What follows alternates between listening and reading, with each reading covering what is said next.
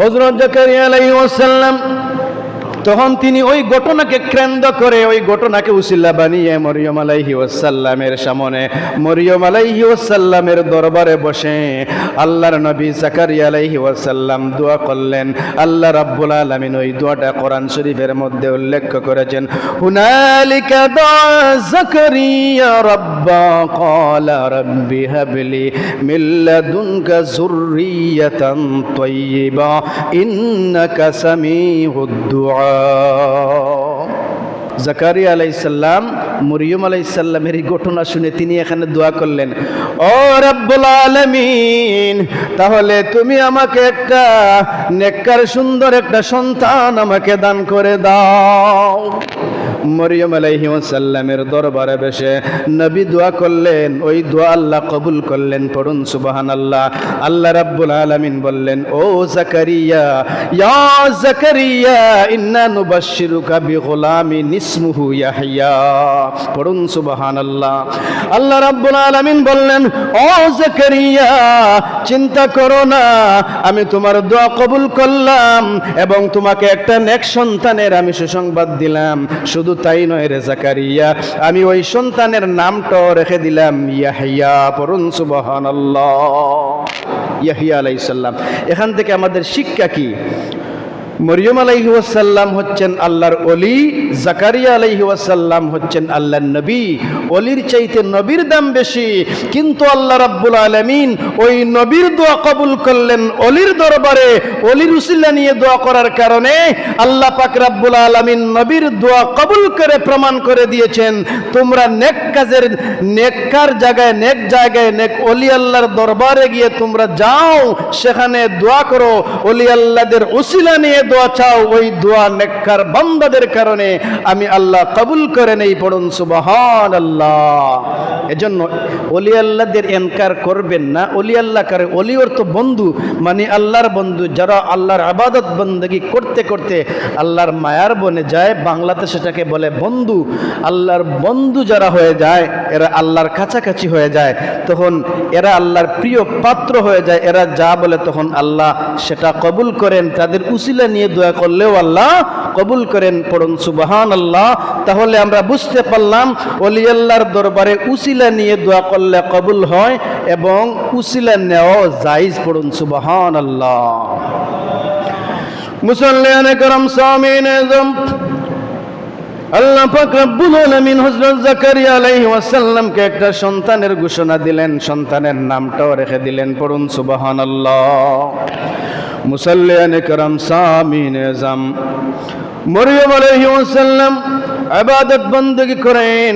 ওনার বয়স বাড়তে বাড়তে যখন মরিয়ম আলাইহিস সালামের বয়স যৌবনে পদার্পণ করলেন, তখন মরিয়ম আলাইহিস সালাম ইবাদত বন্দেগী করতে করতে আল্লাহর কামেলিয়াতে চলে গেছেন, আল্লাহর প্রিয় বান্দি হয়ে গেছেন। আল্লাহর প্রিয় বান্দি মহিয়সী নারী, ইবাদত বন্দেগী নারী, সিদ্দিকা নারীতে পরিণত হয়ে গিয়েছেন। পড়ুন সুবহানাল্লাহ। দুরূদ শরীফ পড়েন, আল্লাহুম্মা সাল্লি আলা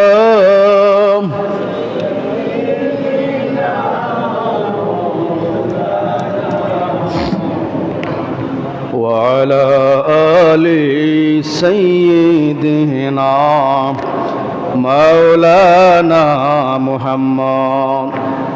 হঠাৎ একদিন মরিয়ম আলাইহিস সালামের দরজা বন্ধ, ভিতরে ইবাদত বন্দেগী করেন। হঠাৎ করে একদিন দেখলেন মরিয়ম আলাইহিস সালামের ঘরের ভিতরে একজন যুবক মানুষ মরিয়ম আলাইহিস সালামের ঘরে প্রবেশ করল। মরিয়ম আলাইহিস সালাম দেখলেন একজন যুবক বয়সী একটা ছেলে মরিয়ম আলাইহিস সালামের ঘরে প্রবেশ করেছে। মরিয়ম আলাইহিস সালাম চমকে উঠলেন, বললেন, ও যুবক, তুমি আমার ঘরে কিভাবে প্রবেশ করলে? আমি একজন পর্দাশীল নারী, আর তুমি কেন আমার ঘরের মধ্যে প্রবেশ করলে? তুমি জলদি তাড়াতাড়ি বের হও, যদি মানুষ দেখে তাহলে মানুষ আমাকে বদনাম করবে, এতে তুমি তাড়াতাড়ি বের হয়ে যাও।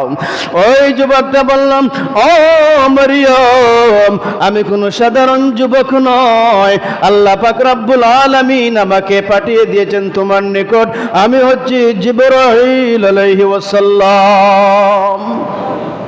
আমি হচ্ছে জিবরাইল আলাইহি ওয়াসাল্লাম। ও মরিয়ম, আল্লাহ পাক রব্বুল আলামিন আমাকে পাঠিয়ে দিয়েছেন তোমার নিকট।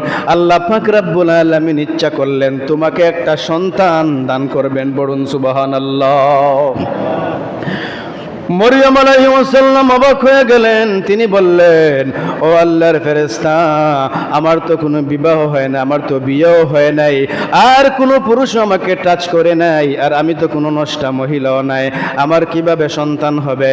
এই কথাবার্তা বলতে আল্লাহ পাক রব্বুল আলামিনের ওই ফেরেশতা জিবরাইল আলাইহিস সালাম বললেন, ও মরিয়ম, আল্লাহ পাক রব্বুল আলামিন ইচ্ছা করলেই সন্তান দান করতে পারেন। তুলিজুল লাইলা ফিন নাহারি ওয়া তুলিজুন নাহারা ফিল লাইল ওয়া তুখরিজুল হাইয়া মিনাল মাইয়িতি ওয়া তুখরিজুল মাইয়িতা মিনাল হাইয়্যি। আল্লাহ পাক রব্বুল আলামিন ইচ্ছা করলেই দিনকে রাত বানাতে পারেন, আর রাতকে দিন বানাতে পারেন। যার সন্তান নাই তাকে সন্তান দিতে পারেন। আল্লাহ পাক রব্বুল আলামিন জীবিতকে মৃত্যু দিতে পারেন, আর মৃত্যুকে জীবন দিতে পারেন। বলুন সুবহানাল্লাহ। আল্লাহ পাক রব্বুল আলামিন বললেন, ও মরিয়ম, আল্লাহ পাক রব্বুল আলামিন চাইলে সব কিছু পারবেন। এই কথার ফাঁকে হযরত জিবরাইল আলাইহি ওয়াসাল্লাম মরিয়ম আলাইহি ওয়াসাল্লামের শরীরে একটা ফু দিয়ে দিলেন। পড়ুন সুবহানাল্লাহ। কেউ বলেছেন মুখের মধ্যে ফু দিয়েছেন, কেউ বলেছেন শরীরের কাপড়ের আঁচলের মধ্যে ফু দিয়েছেন, মানে একটা ফু দিলেন। ফু দেওয়া, অনেকে আমরা ফুকে মনে করি শিরিক বেদাত, ফু না জায়েজ নয়। কোরআন শরীফের কালাম পড়ে আপনি ফু দেন, শয়তান পালিয়ে যাবে। সূরা আল্লাহু আয়াতুল কুরসি। আল্লাহর এক বান্দা বেমারির লাগি দোয়া চাইছেন, আল্লাহ বেমারে মাফ করে দুগা হুকা আমিন। মুসল্লিয়ান کرام সামিন এজম, যখন জিবরাইল আলাইহিস সালাম মরিয়ম আলাইহিস সালামকে ফু দিয়ে দিলেন, ওই ফু দেওয়ার পরে মরিয়ম আলাইহিস সালামের ঘর থেকে জিবরাইল আলাইহিস সালাম যুবকের বেশে এসেছিলেন, তিনি বের হয়ে গেলেন। কিছুদিন পরে মরিয়ম আলাইহিস সালামের মধ্যে সন্তান চলে আসলো। মরিয়ম আলাইহিস সালাম বুঝতে পারলেন ওনার পেটের মধ্যে সন্তান। মরিয়ম আলাইহিস সালাম চিন্তিত হয়ে গেলেন, আমার এখন বিবাহ হয় নাই, আর আমার কোনো পুরুষও টাচ করে নাই, আমি তো কোনো নষ্টা মহিলা হয় নাই, আমি তো কোনো নষ্টা মহিলাও নাই, ওই সন্তান কোথায় থেকে আসলো? আল্লাহ আমাকে সন্তান দিয়েছেন, কিন্তু আমি মানুষদেরকে কি জবাব দিব? সমাজ আমাকে কি বলবে? এই চিন্তায় পেরেশান হয়ে আছেন। মরিয়ম আলাইহিস সালামের সন্তান ডেলিভারির সময় ঘনিয়ে আসলো, কি করবেন? মরিয়ম আলাইহিস সালাম মনের দুঃখে কষ্টে বাইতুল মুকাদ্দাস থেকে বের হয়ে, উনার রুম থেকে বের হয়ে তিনি বেরিয়ে পড়লেন। গন্তব্য ছাড়া তিনি বেরিয়ে পড়লেন, যেদিকে চোখ যায় সেদিকে চলে যাবেন। অনেক দূর চলে গেলেন, লোকালয়ে চলে গেলেন যেখানে কোনো মানুষ নাই।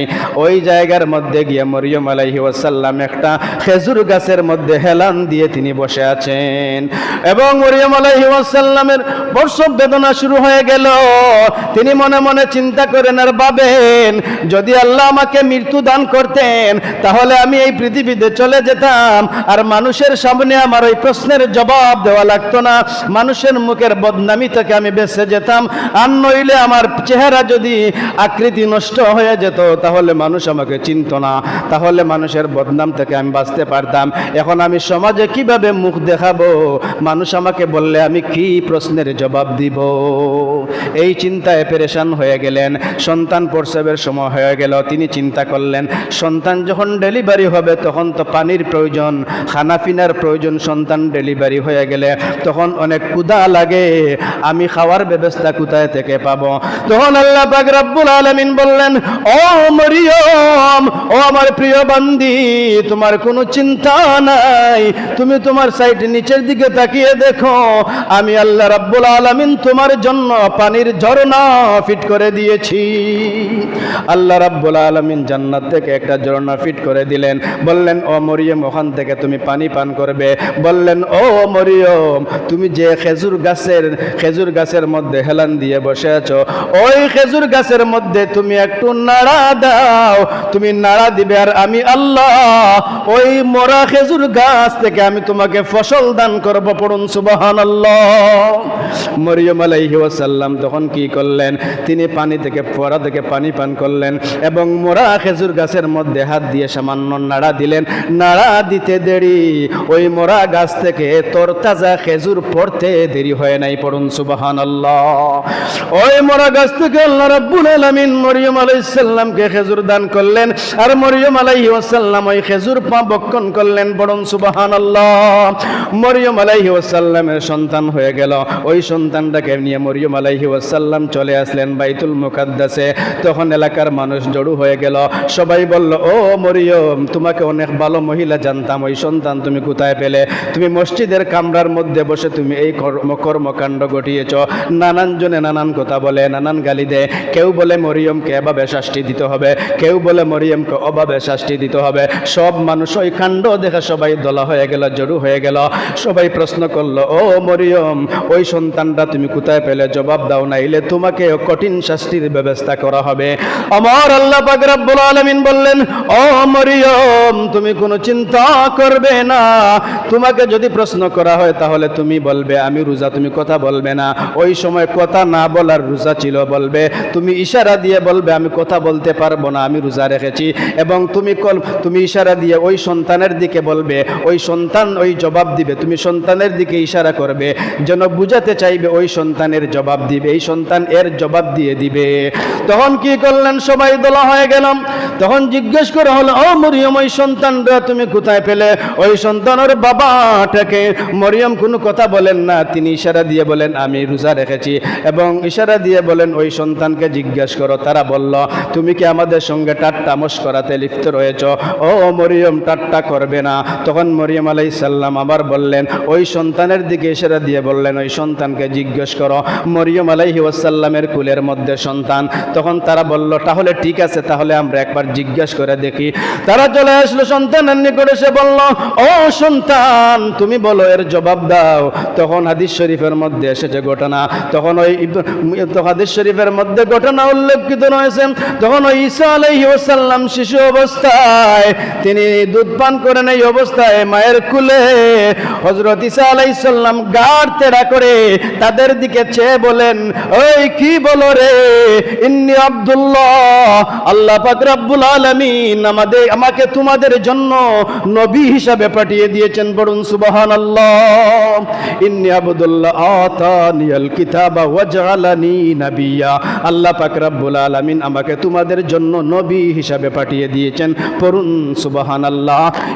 হযরত ঈসা আলাইহিস সালাম আল্লাহর কুদরতে বিবি মরিয়ম আলাইহিস সালামের মায়ের কুলে কথা বলেছেন।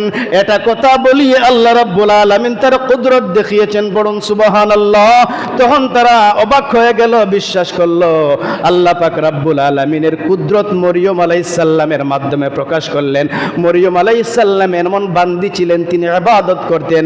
এটা থেকে আমাদের শিক্ষা হলো, নারীদেরকে ইবাদত বন্দেগীতে লিপ্ত হতে হবে। নারীরা ইবাদত বন্দেগী করলে আল্লাহ পাক রব্বুল আলামিন পুরুষের চাইতে এগিয়ে জান্নাতে যাবে। মাত্র 4টা কাজ করলেন নারীরা জান্নাতি হয়ে যাবে, পড়ুন সুবহানাল্লাহ। যদি তারা স্বামীর খেদমত করে, এবং যদি তারা রমজানে রোজা রাখে, নামাজ পড়ে এবং তার সতীত্ব রক্ষা করে, আল্লাহর নবীজি বলেছেন ওই নারীগুলা জান্নাতি, পড়ুন সুবহানাল্লাহ। এবং আমাদেরকে ইবাদত